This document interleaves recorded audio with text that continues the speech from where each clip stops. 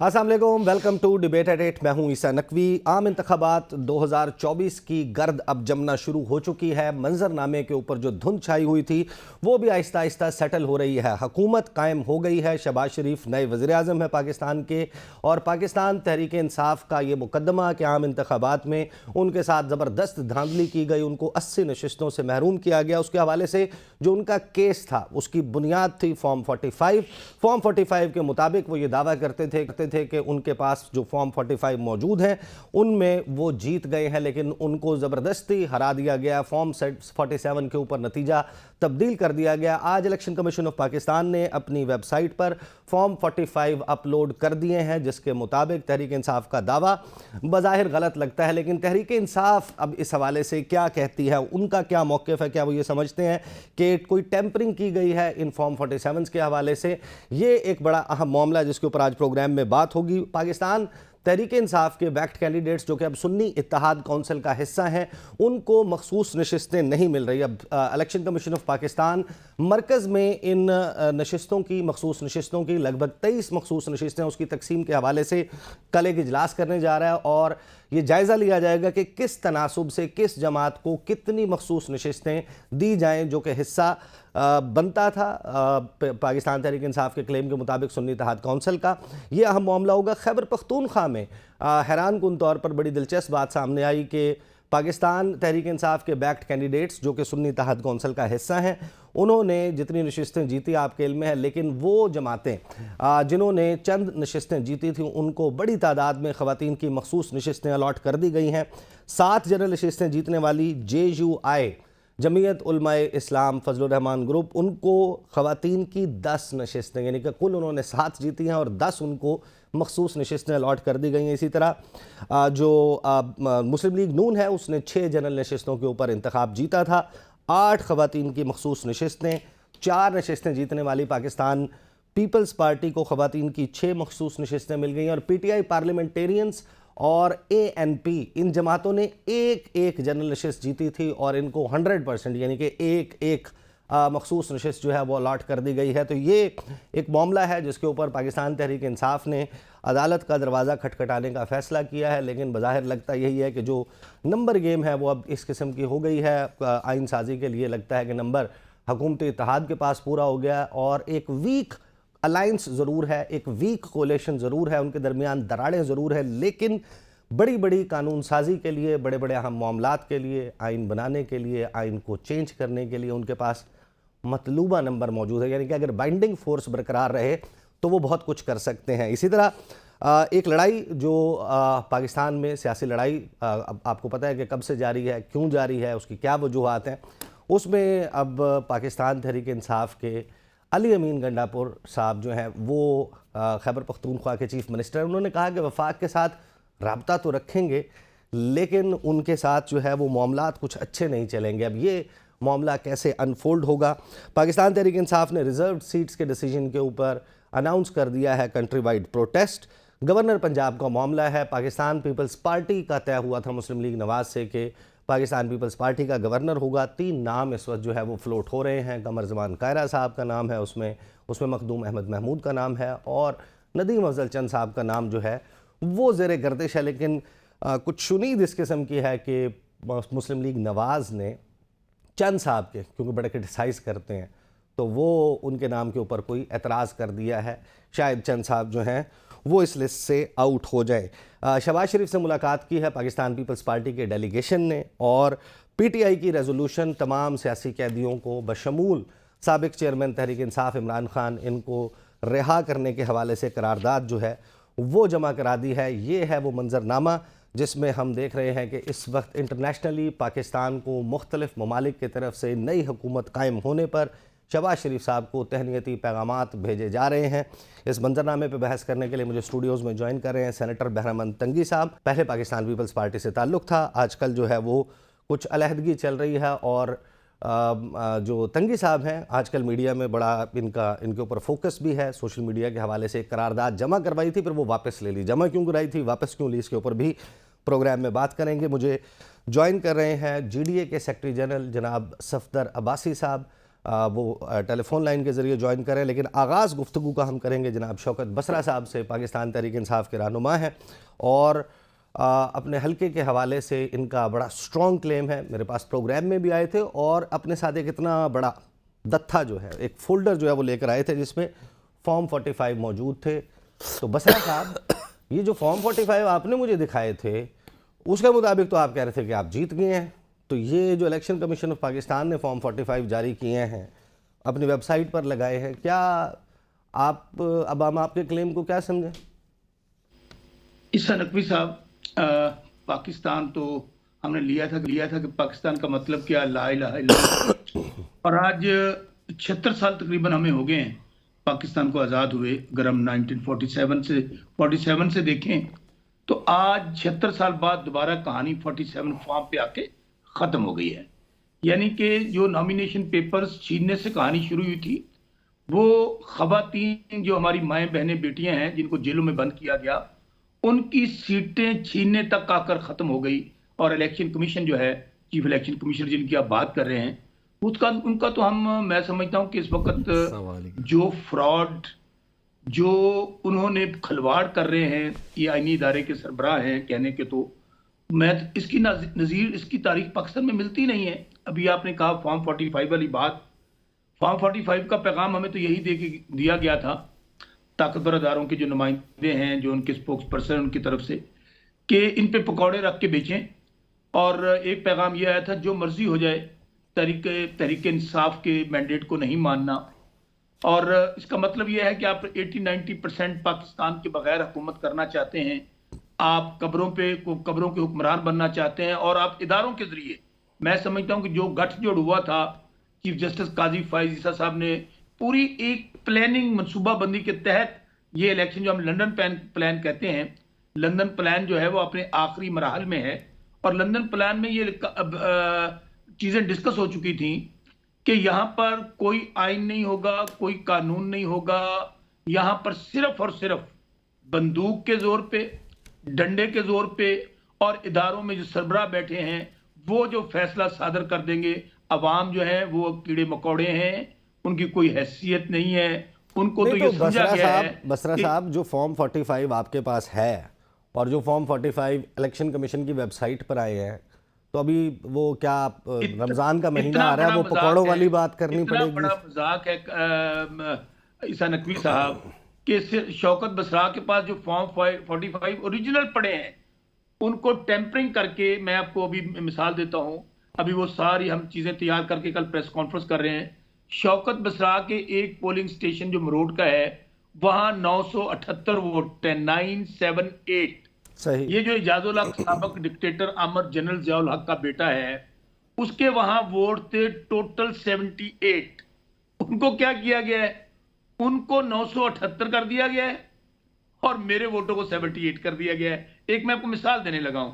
और 70 एक सेकंड बसरा साहब 978 जमरोट आपके थे, आप कह रहे हैं?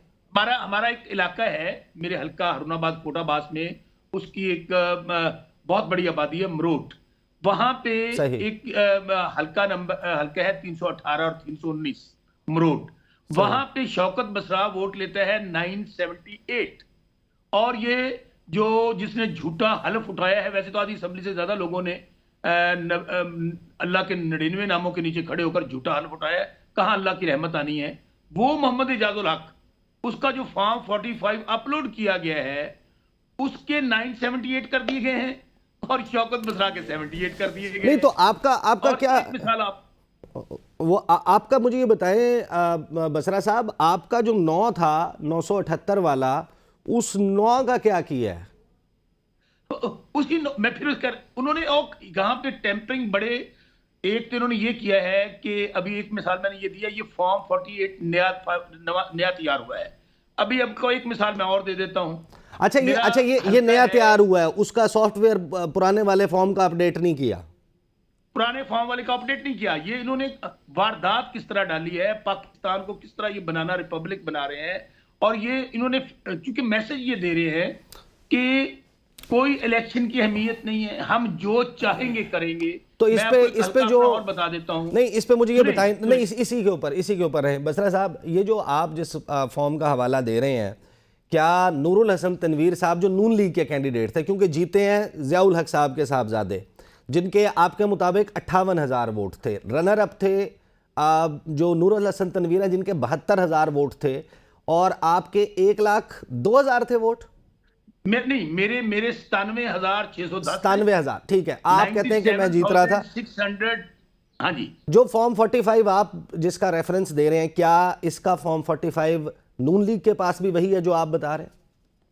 वही नून लीग के पास है, वही लब्बैक के पास है, वही आपका जमात इस्लामी के पास है, वही पीपल्स पार्टी वाले के पास है। सही। फिर तो इसका मतलब यह, मैं आता हूं आपके पास बसरा साहब, इसका मतलब यह है कि फिर वो पकौड़े जो है ना, वही मामला करना पड़ेगा। तंगी साहब, मुझे ये बताएं कि पाकिस्तान में इलेक्शन हुआ, इलेक्शन के नतीजे में, जी जी जी, आप कंप्लीट कर लें बसरा साहब। एक पाकिस्तानी, बतौर एक वकील के, मेरे लिए लम्हा फिक्रिया नहीं, ये पूरी कौम के लिए लम्हा फिक्रिया है कि आज हम कहां पहुंच गए हैं कि यहां जिस मुल्क के अंदर बुलेट के जरिए बैलेट को छीन लिया जाए, वहां पर मैं नहीं समझ सकता कि किसी तौर पर अमन हो सकता है। सही। वहां पर इंतशार नहीं होगा, अफरा तफरी नहीं होगी।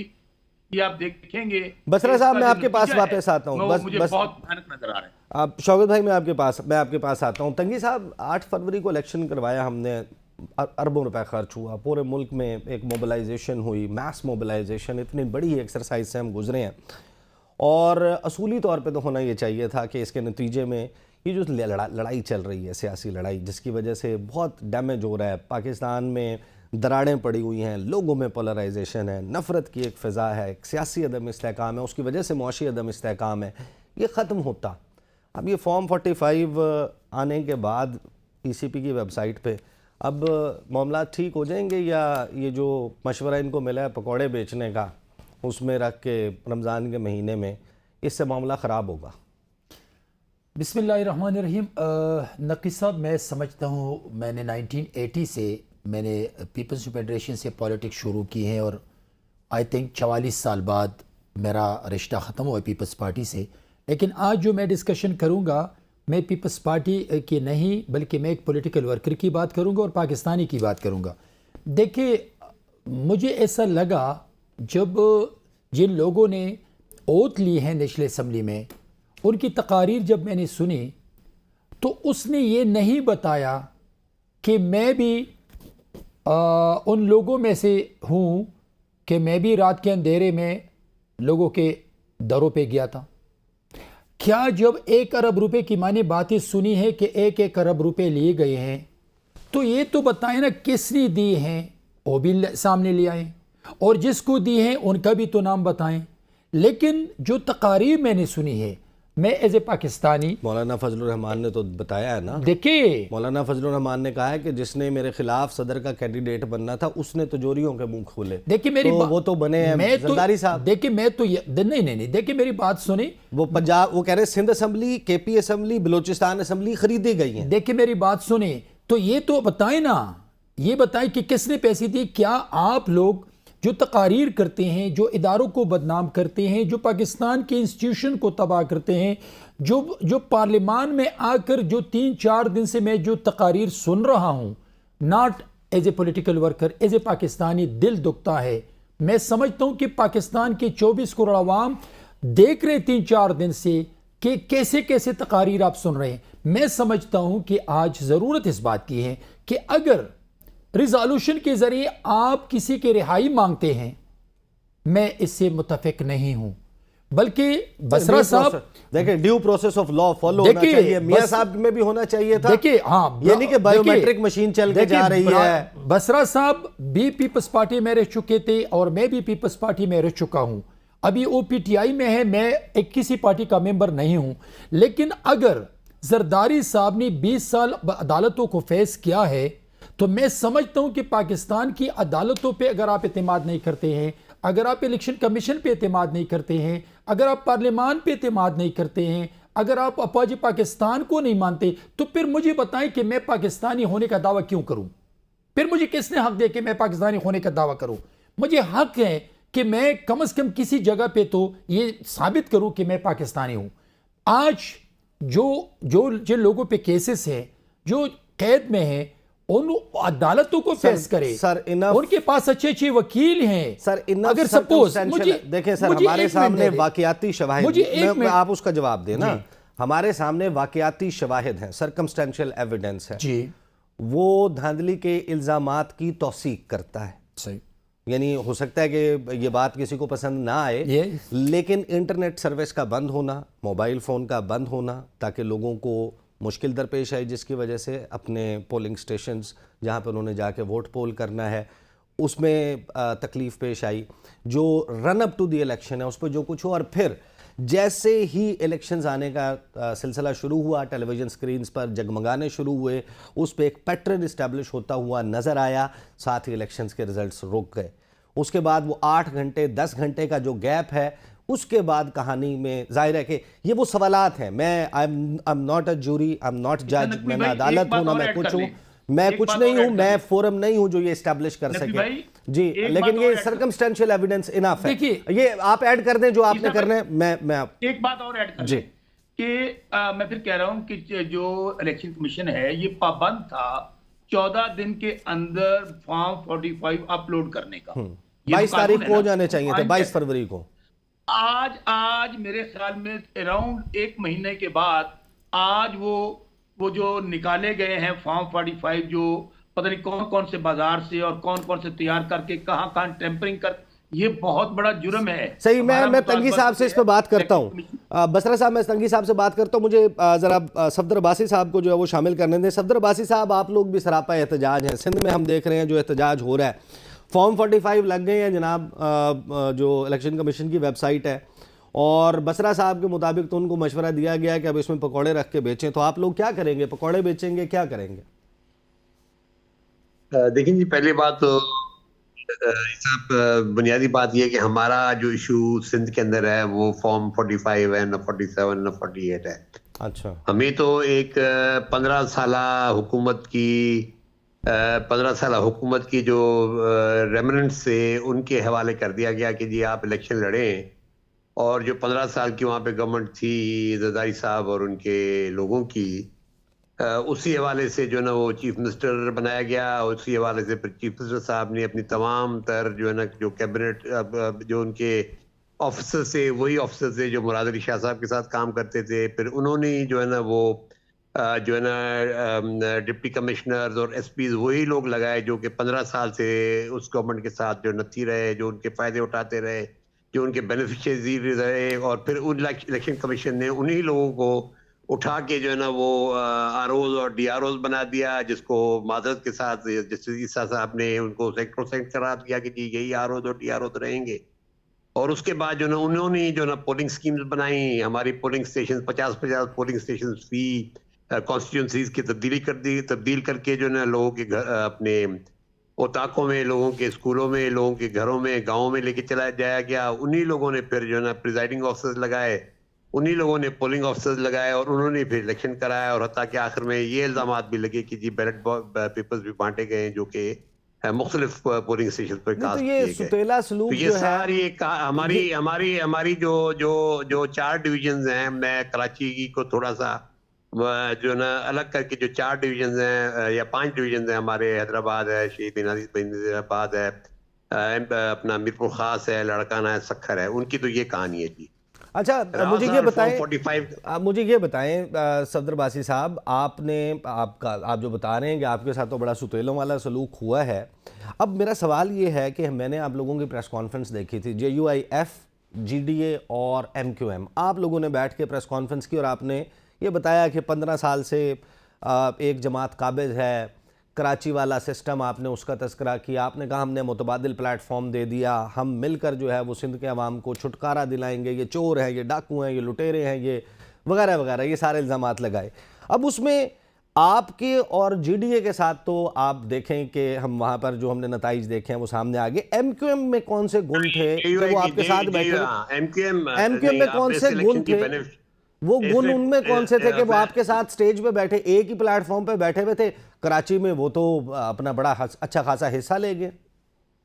बस वो एमकेएम वाले बेनिफिशियरी हो गए सारे सिस्टम के। और मैंने जब इलेक्शन गुजरा तो मैंने अपने एमकेएम के दोस्तों से रब्ता किया, उनसे पूछा कि जी अब क्या होगा, तो उसका अभी तक मुझे उनसे की तरफ से जवाब नहीं मिला कि जी अब क्या होगा। लेकिन बहरहाल कराची की जो ना बात फिर फॉर्म 45 47 की आ जाती है, क्योंकि वहाँ इलेक्शन जो है ना, जो लगता है बाहर पीटीआई जीत रही थी, और जिसकी वजह से अगर पीटीआई को रोकने के लिए फिर एमकेएम का इस्तेमाल किया गया और वो सीटें सारी की सारी उनको दिलवाई गई। अब ये एमकेएम वाले बेहतर जवाब दे सकते हैं कि जी वो तो जो भी पीपल्स पार्टी वाले कह रहे हैं उनके बारे में, और वो पीपल्स पार्टी वाले के बारे में कह रहे हैं, वो तो आप आ चुकी है ना, वो सारी वीडियोस भी आ चुकी हैं, वो एक दूसरे के ऊपर क्या इल्जामात लगा रहे हैं वो भी आपके सामने है। सही। तो एमकेएम यकीनन सारे सेटअप की एक बेनिफिशियरी रही। लेकिन जो बुनियादी बात जिस पे आऊंगा ऐसा वो ये कि आप जो है कानूनी मुश्काफी में हम पड़े रहेंगे कि जी अब फॉर्म 45 अपलोड, यानी फॉर्म 45 अपलोड हो गया एक महीने के बाद, तो क्या उसकी वैल्यू है? मेरी नजर में उसकी तो कोई, मेरी नजर में तो कोई वैल्यू नहीं है उसकी। सही। वो तो एक जो है ना, जो चाहे आप बना के रख दें। अब बुनियादी बात सही। ये है कि सफदर अब्बासी साहब काफी अपनी जगह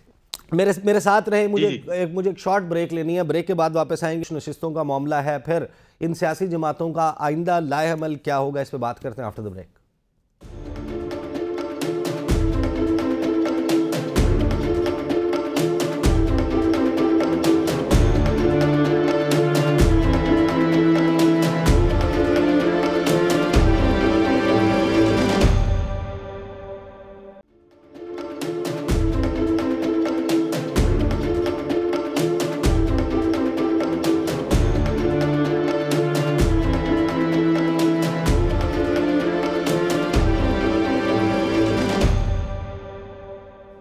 welcome back after the break. तंगी साहब, ब्रेक से पहले आपने सुना शौकत बसर साहब ने जो बात की, ये फॉर्म 45 वाली, आप कंटिन्यू कर रहे थे तो जवाब आपने देना अब इसका।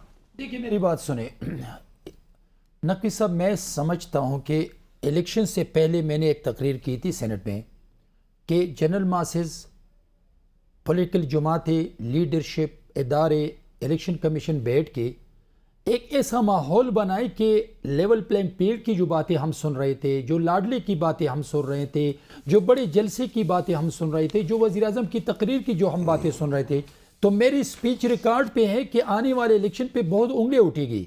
अभी जो कुछ हो रहा है, एक तरफ ये कहा जा रहा है कि 1-2 बजे जो आज़ाद उम्मीदवार थे उसने फेक फॉर्म 45 प्रिंट करवाए थे, उसने साइन करवाए थे, और उसने सोशल मीडिया में, जैसे ही सोशल मीडिया ऑन हुआ तो वो सोशल मीडिया पे उसने सर्कुलेट की और चैनलों को भिजवा दी। जब इलेक्शन कमीशन का ओरिजिनल फॉर्म 45 आ गया तो आपने भी कहा, मैंने भी कहा कि भाई वो तो प्लाना बंदा जीत रहा था शौकत बसरा साहब, अभी वो तो उसके तो 1,02,000 वोट या 97,000 वोट अभी फोरेंसिक सुने। नहीं देखिए मेरी बात सुनिए। देखिए फोरेंसिक एक तरीकाकार है ना। सर मैं तरीके, I am not talking about the तरीकेकार, I am talking about this process. तो यहाँ पे किसकी बात मानी जाए? अभी इलेक्शन कमीशन ने जो फॉर्म 45 अपलोड किए हैं, अभी शौकत बसरा साहब उसको नहीं मानते हैं, आप भी नहीं मानते हैं, मैं भी नहीं मानता हूं। तो मैं आपको बता रहा हूं कि इस इलेक्शन के बाद जो ढांचा सामने आ चुका है और असेंबली में बैठ चुके हैं, उनका बिहेवियर, उनका तरीक़ेकार क्या होना चाहिए? क्या इस मुल्क को मुश्किलात से निकालने के लिए ये वहां चले गई, या एक दूसरे को अंडरस्टिमेट, एक दूसरे को गालियां, एक दूसरे को बदनाम, या पाकिस्तान की पार्लियामेंट को कमजोर करने की बात? साहब देखें ना, आप अदालत हैं ना मैं अदालत हूं, लेकिन ऑब्जर्वर तो है ना। ठीक है, हम ऑब्जर्वर होने की बुनियाद पे हम जब देखते हैं कि एक जमात का नून लीग जो है वो ऑन ग्राउंड कितनी नजर आ रही थी, ये हम सबको पता है। लाहौर में 21 अक्टूबर के जलसे में पूरे पाकिस्तान से बंदे आए थे। 2016 में 7 एमपीएस को एक जमात ने, उसमें मरियम नवाज साहिबा ने ख्वाजा जारी करने के ऊपर एतराज इसलिए उठाया कि लाहौर के लोग नहीं निकले थे। अब फैसलाबाद पूरा वो हार जाते हैं। सियालकोट में ख्वाजा आसिफ साहब जो हैं, उनका हल्का, जाहिर है कि मेरे पास तो जाहिर है कि मैं तो अगेन कह रहा हूं, मैं तहकीकाती इदारा तो नहीं हूं, लेकिन अगर फॉरेंसिक एक बेहतर तरीका हो सकता है, इस्तेहकाम नहीं लाना, ठीक है, स्टेबलाइज नहीं करना, आप भाई फॉरेंसिक करवा लें, लोगों के दस्तखत मौजूद हैं, आईडी कार्ड नंबर मौजूद होंगे, उनके नाम प्रिजाइडिंग ऑफिसर, यानी कितने लोग आप मैनेज कर सकते हैं, तो ये फॉरेंसिक नहीं हो जाना चाहिए? देखिए नकी साहब, मैं आपकी इस बात से मुत्तफिक नहीं हूं कि मुझे ग्राउंड पे नजर आ रहा था। 2016 में जब प्रेसिडेंशियल इलेक्शन हो रहा था अमेरिका में, तो पूरी दुनिया के लोगों ने कहा कि हैरी क्लिंटन जीत रही है, she will be the president of US, लेकिन ट्रंप जीत गया। तो मैं आपको बता रहा हूं कि ये पैमाना नहीं है, क्योंकि वो 30 साल के बाद विस्कॉन्सिन हारी देखिए थी। मेरी बात, क्योंकि वो 30 साल के देखिए वो स्टेट्स हार गई थी। देखिए मैं आपको बता रहा हूं वो स्टेट ट्रंप जीत गए थे जो कि तारीख में रिपब्लिकन ने कभी जीते नहीं थे। लेकिन आपके पास ये पैमाना नहीं है, वोट का पैमाना है, और जब आपको वोट पड़ते तो आप ये नहीं कह सकते कि कल जलसा छोटा था या जलसा नहीं था। अभी ये मैं आपको बता दूं कि पीटीआई के हम ख्याल लोगों के बारे में तो इस इलेक्शन से पहले सोच रहा था। हमने देखे ऐसे ना करें। नहीं मैं देखिए मैं आप यकीन माने, मैं आपको एक बात बताऊं, one should be honest about it.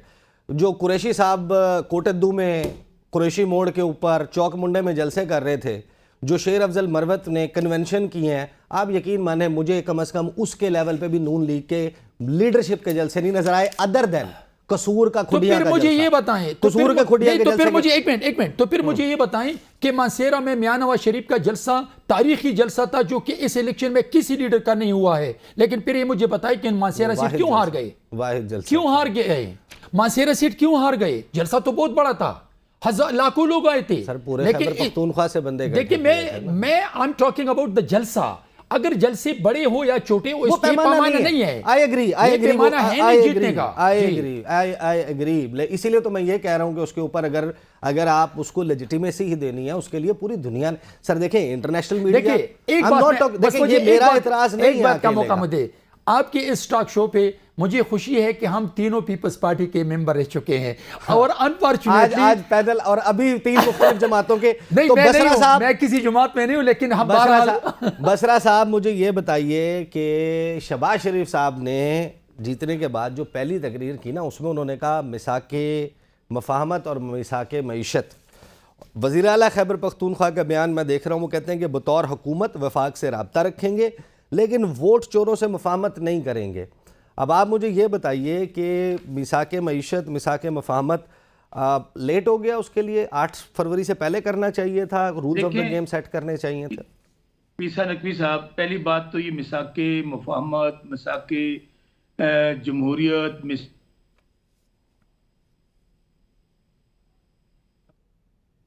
मिसाके मईशत का मिसाके मईशत डाका जनी का, इन्होंने इसमें अवाम का ही नहीं है। बाकी रही ये अभी जो खलवाड़ करना चाहते हैं, देखें क्वेश्चन ही नहीं है ईसा नकवी साहब, इन्होंने अवाम की तौहीन की है, इन्होंने अवाम को गाली दी है कि आपकी कोई हैसियत कोई औकात नहीं है। तो अवाम जो है, मैं फिर कह रहा हूं, अवाम का इत्मीनान इदारों से उठ चुका है। किसी किस्म का कोई डायलॉग नहीं है इनके साथ, किसी किस्म की कोई बातचीत नहीं है इनके साथ। हमारा मुतालबात अभी आप देख लेंगे, आने वाले दिनों में हम इनको डेडलाइन देने जा रहे हैं कि झूठे और बेबुनियाद मुकदमा 200 में खान साहब को फंसाया हुआ है, जाली सजाएं अदालतों से दिलवाई हुई हैं। अगर इन्होंने खान साहब को रिहा ना किया, नंबर 1,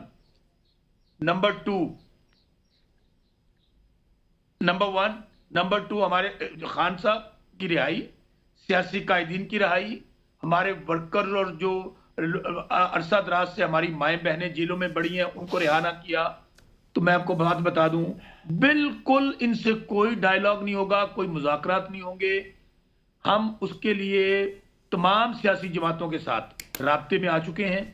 उसका वाहिद हल एक ही है, हमें ना इदारों पे इत्मीनान रहा है, चीफ जस्टिस काजी फाइज ईसा साहब के होते हुए, चीफ इलेक्शन कमिश्नर के होते हुए, बल्कि चीफ इलेक्शन कमिश्नर तो हमने मुतालबा किया है कि ये गद्दारी के जुमरे में आता है कि टेम्पर्ड फॉर्म 45 महीने बाद आप लोग अपलोड कर रहे हैं, इनके खिलाफ गद्दारी के मुकदमे चल रहे हैं। नहीं सर, उसका तरीका देखें, उसका तरीका यह है कि अब आप अपने फॉर्म 45 भेजें, फॉरेंसिक उसके साथ रिपोर्ट लगाएं। कौन फॉरेंसिक करेगा? सुन ले ईसा नकवी साहब, सुन ले, मैं फिर कहने लगा हूं, कौन करेगा फॉरेंसिक? जिन पे पकौड़े रख के बेचने हैं, हमें जो पैगामात दिए जा रहे हैं, हम आपके बड़े, मुझे एहतराम है मुनीफ फारूक साहब का, सहाफ़ी हैं, आजकल समा न्यूज़ पे होते हैं, उन्होंने ये पैगाम दिया है कि एस्टेब्लिशमेंट कहती है इनके किसी मैंडेट को हम तस्लीम नहीं करेंगे। वो है नहीं प्रोग्राम में, ये वरना ये बात हम जरा खोलते इसके ऊपर बहस करते, क्योंकि वो है नहीं प्लेटफॉर्म पे। अच्छा सुनिए, जवाब नहीं दे सकते तो जी, ये एक ने नहीं, पकौड़े रख के बेचने वाली उन्होंने कहा, एस्टेब्लिशमेंट ने कहा कि कोई हैसियत औकात नहीं है, आपके मैंडेट को तस्लीम नहीं करेंगे, तो हमारे पास कोई रास्ता नहीं रह जाता स्वाय अवाम सड़कों पे निकलेगी।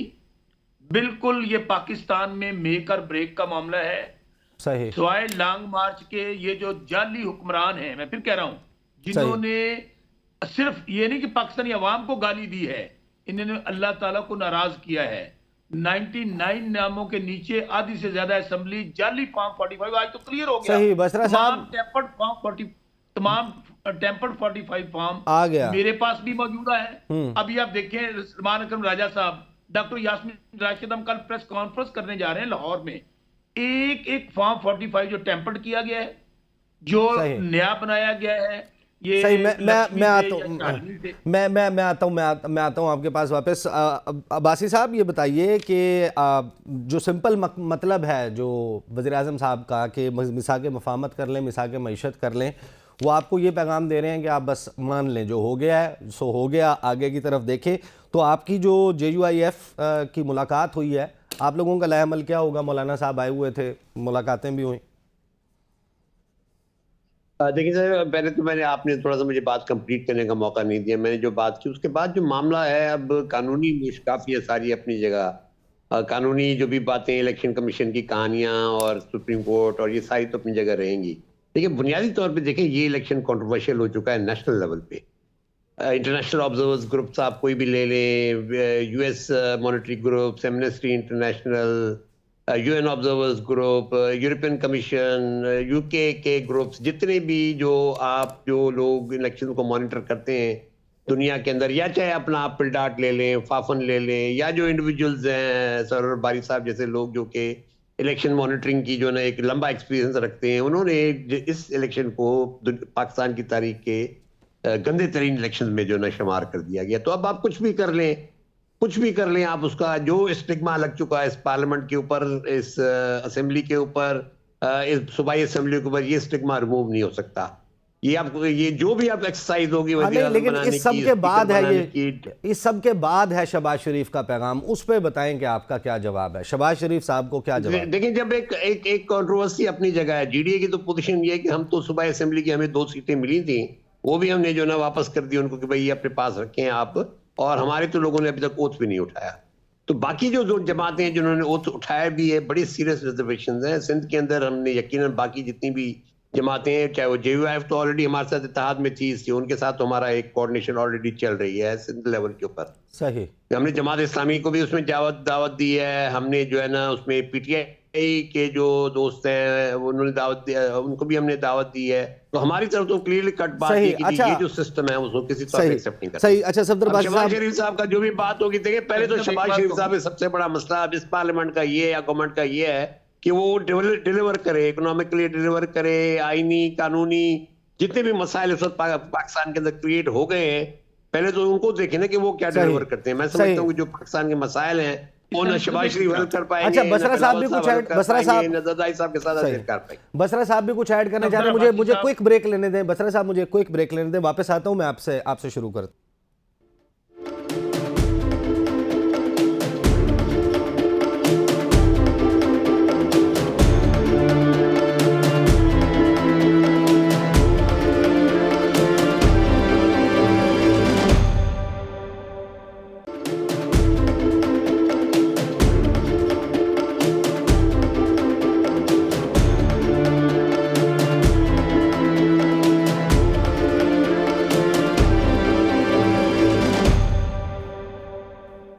Welcome back after the break. जी शौकत बसरा साहब, आप सफदर अब्बासी साहब की गुफ्तगू में कुछ ऐड करना चाह रहे थे? मैं ऐड ये करना चाह रहा था कि इसमें बिल्कुल सफदर अब्बासी साहब ने दरिया को कूजे में बंद कर दिया है। ये इंटरनेशनली और पाकिस्तानी कोई इस इलेक्शन को ना मानेगा ना मान रहा है। इसको हम इंशाल्लाह, अवाम ने जिस तरह फैसला सुनाया है, अवाम की ताकत पे इन लोग, मैं इनको डाकू इसलिए कहता हूँ, ये बिल्कुल उसी तरह ईसा नकवी साहब मेरे घर पे डाकू कब्जा कर लें, डाका मारें और उसके बाद माले मसूका बांट रहे हैं ना, 6 सीटें तुम्हारी ले लो, 8 तुम्हारी ले लो। शर्म नहीं आती कि खवातीन की सीटें, किस मुंह से ये माओ बहनों बेटियों की बात करेंगे, खवातीन की हकूक की बात करेंगे, इंसानी हकूक की बात करेंगे, सीटें बांटी जा रही हैं यार। 2/3 मेजोरिटी दी है कौम ने PTI को, 2/3 मेजोरिटी नेशनल असेंबली में, 2/3 मेजोरिटी पंजाब में, और यहाँ पर सिर्फ एक पैगाम दिया जा रहा है कि ये माले मसूका हमने लूट लिया है, डाका मार लिया है, आओ अब सब्र करो और हमारे साथ मिलकर इस घर को आबाद करते हैं, सिस्टम चलाते हैं। ये 25 करोड़ का मुल्क, मैं फिर कह रहा हूँ, इस सही। तरह नहीं अच्छा चलेगा। अच्छा बसरा साहब, क्योंकि ना लास्ट सेगमेंट है, मैं बार बार इन टॉपिक्स पे नहीं आ सकूंगा, क्विकली इसका भी जवाब दे दें। तंगी साहब से बाद में बात करेंगे। इन्होंने करारदाद जमा करवाई थी, फिर वो करारदाद वापस ले ली सोशल मीडिया पर पाबंदी के हवाले से। अब सोशल मीडिया के ऊपर बहुत सारे एतराज़ात भी हैं, फिर उसके फ़वाइद भी हैं, तो ये ज़रा अपना मौक़िफ़ इस पे दे दें। अगर सोशल मीडिया पर पाबंदी होनी चाहिए तमाम, टिकटॉक, इंस्टाग्राम, फेसबुक, यूट्यूब। ईसा नकवी साहब, पूरे पाकिस्तान पे कब्जा हो चुका है, इदारे साथ मिल चुके हैं। ये एक आवाज है सोशल मीडिया जिसके ऊपर हकायक लोगों तक जाते हैं। आप देखें ना, कल क्या हुआ है। कल जो हमारे लोग तकरीर कर रहे थे, पीटीवी जो हमारा नेशनल टेलीविजन है, जिसको कौम पैसों के जरिए चलाती है, उसके ऊपर हमारी आवाजें दबा दी गई। ये सिर्फ एक ही हरबा है, फाशिज्म है। ये वो जुल्म जबर की कहानी है, ताकि हम जो मर्जी करें, हम पाकिस्तान में बंदूक के जोर पे, हम जबर के जोर पे पाकिस्तान को चलाएं और कोई आवाज ना निकाल सके। बसरा साहब, लास्ट में क्विक कमेंट्स के लिए मैं आपके पास आता हूं। अब सफदर अब्बासी साहब, आप बड़े सीनियर और सीजन्ड पार्लियामेंटेरियन हैं, मुझे ये बता दीजिए कि आपकी ये जो ख़वातीन की मखसूस नशिस्तें हैं, आप तो पार्लियामेंट का हिस्सा नहीं बन रहे, इसका जो फैसला केपी के हवाले से आया है कि जिस जमात ने 6 जीती हैं उसको 10 नशिस्तें, जिसने 8 जीती हैं उसको, मतलब डज दैट मेक सेंस? देखिए जी, उसमें दो इश्यूज हैं। एक है जी कि सुन्नी इत्तेहाद काउंसिल को सीट्स मिलनी चाहिए थी या नहीं मिलनी चाहिए थी, और दूसरा ये कि जो दूसरी जमातों को अलॉट होनी चाहिए थी कि नहीं होनी चाहिए थी। पहली बात तो ये कि जी ये इसमें यकीनन देखना पड़ेगा कि जी पीटीआई और सुन्नी इत्तेहाद काउंसिल की क्या अरेंजमेंट थी। इसमें कोई शक नहीं कि सुन्नी इत्तेहाद काउंसिल जो है ना, वो एक रजिस्टर्ड जमात है, और जो भी लोग मेंबर जब उस पर शामिल होंगे तो वो एक पार्लियामेंट्री ग्रुप बन जाएगा। अब उसको ये पीटीआई के उनकी क्या एग्रीमेंट फ्रैंकली मैं नहीं जानता, लेकिन जो बुनियादी बात ये कि जो अलॉटमेंट है सीट्स की, वो तो इंतहाई जो है ना, मैं समझता हूँ कि अनएथिकल किस्म की बात है। उस पर तो इलेक्शन कमीशन के एक मेंबर ने भी उनसे जो है ना इख्तलाफ किया। और मैं हमेशा, मेरा नजरिया जो कोर्ट जजमेंट या जो भी जुडिशियल जजमेंट्स होती है उनके बारे में ये रहा है कि आप हमेशा जो इख्तलाफी नोट होता है उसको जरूर पढ़ा करें। तो इख्तलाफी नोट वो क्या लिखते हैं, उसमें जो है ना यकीनन उसके ऊपर जो है ना सीरियस क्वेश्चन मार्क्स है कि आप किस तरह बंदर बांट किए कि भाई मैंडेट एक ग्रुप को मिला, वो सारा का सारा ग्रुप जो है ना, बावजूद आपके तमाम कोशिशों के वो जीत के आए, उसके बावजूद वो जाके वो शामिल हुए किसी एक रजिस्टर्ड पॉलिटिकल पार्टी के अंदर। तो आप उनकी सीटें जो रोक के और उनका मैंडेट को खत्म करके आप किस दूसरे को किस तरह वो मैंडेट दे सकते हैं? सही। तो मैं समझता हूँ ये सारी की सारी एक्सरसाइज जो है ना बड़ी क्वेश्चनिबल है। इसके अंदर बहुत ही वो है, लेकिन मैं फिर भी यही कहूंगा, बुनियादी बात मेरी अगर आप बात सिर्फ एक सुन लें, वो ये कि ये जो भी अमल हुआ है इस वक्त, जिस किस्म की पार्लियामेंट वजूद में आई है, असेंबलियां वजूद में आई हैं, ये डिस्क्रेडिटेड किस्म की पार्लियामेंट है, डिस्क्रेडिटेड असेंबलियां हैं। जो वजीर आजम, स्पीकर, सदर, सेनेटर चेयरमैन जो बनेंगे उनके ऊपर सीरियस क्वेश्चन मार्क्स होंगे। आपने पूरी की पूरी, देखिए इससे पहले अगर आप 2018 के इलेक्शन पे भी क्वेश्चन मार्क थे, लेकिन उसमें जमातें रिप्रेजेंटेड थी, वो सारे के सारे लोग जो अपने जाके इलेक्शन के नतीजे के बावजूद वो जाके बैठे, उन्होंने पार्लियामेंट के अंदर हिस्सा लिया। इस वक्त जो है ना आपने सारी की सारी जमातों को उठा के बाहर मार दिया है, तो वो आपने ऑलरेडी एक डिस्टेबलाइजेशन फैक्टर बहुत बड़ा आ गया है, तो आगे चल के बहुत मुश्किल होगा इस सारे अमल को संभालना। ठीक। वक्त क्योंकि कम है, आप मुस्कुरा रहे हैं उनकी मखसूस नशिस्तों वाली बात पे। नहीं, सफदर अब्बासी तो मैं समझता हूँ कि बहुत सीजन पॉलिटिशियन है और सेनेटर रह चुके हैं बहुत बड़ी सीटों पे, और फिर शहीद बीबी के साथ काम किया है। तो ये मुझे सफदर अब्बासी साहब ये बताएं कि ये जो रिजर्व सीट है किसको दे देते, सिर्फ ये बताएं किसको देते। जब सुन्नी इत्तेहाद बन गई हैं और सुन्नी इत्तेहाद ने इलेक्शन कमीशन में रिजर्व सीट के लिए लिस्ट नहीं दी है, तो किसको मिलना था? हम बार बार जब मैं बार बार पीटीआई की बात सुन रहा हूँ, बहुत तवील हो जाए। तंगी साहब बड़े मेहरबान है, मेरे पुराने मेरे साथी हैं, लेकिन बात ये है कि ये सारी, मैं तो पूरी एक्सरसाइज को कंट्रोवर्शियल कह रहा हूँ ना। हाँ। जो कुछ कर लें, अब पार्लियामेंट के ऊपर जो स्टिग्मा लग चुका है।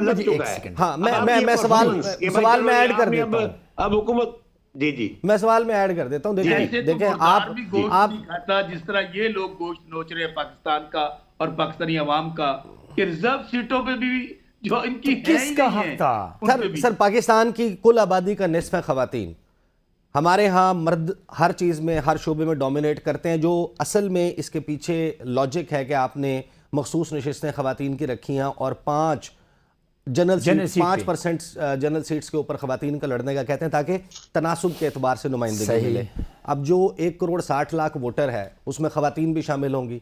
अगर निस्फ कर लें तो समझ लें कि 80 लाख लोगों ने, 80 लाख ख़वातीन ने, उन 80 लाख ख़वातीन ने जिन्होंने तहरीक इंसाफ के बैक्ड कैंडिडेट को वोट दिया है, उसका हिस्सा उठाकर आप किसी और जमात को दे दें, ये ज्यादती है। भाई किसी और जमात की बात क्यों करते हैं? उसकी वजह है, सुने सुने, आइन का आर्टिकल 17 आइन पाकिस्तान की बात कर रहा हूं, वो ये कहता है कि किसी जमात पे पाबंदी लगानी है, किसी जमात को बैन करना है, वफाकी हुकूमत रेफरेंस भेजे, आप भेजते हैं। किसी जमात पे पाबंदी नहीं लगाई है, तो फिर अगर पाबंदी नहीं है उसकी किसके कौन सी जमात पे पाबंदी लगाई है? भाई जब इंट्रा पार्टी इलेक्शन आपका एक्सेप्टेबल ना हो, उस इंट्रा पार्टी इलेक्शन जब उसने एक्सेप्ट नहीं किया, उसका ढांचा नहीं रहा, उसका ऑर्गेनोग्राम नहीं रहा, उसका सिंबल नहीं रहा, तो इलेक्शन पे अगर ये पार्टी की पाबंदी उस वक्त आप कह सकते हैं, अभी जब इलेक्शन हो गया है, सजा यही थी ना, इस वक्त बल्ले का निशान चला गया। नहीं, इस वक्त अगर कोई जमात, कोई ऐसे एंटी स्टेट एलिमेंट में इन्वॉल्व हो और इस वक्त हुकूमत वक्त अगर पाबंदी लगाए, तो इसको आप पाबंदी कह सकते हैं। यही तो बात सुनिए ना, यही तो आप कैसे कह सकते हैं कि पीटीआई पे पाबंदी लगाई साहब? यही तो मैं आपको बात कर रहा हूं कि एक जमात जिसने अपना इंट्रा पार्टी और कौन गया था इलेक्शन कमीशन में, उनका बुनियादी करवाया,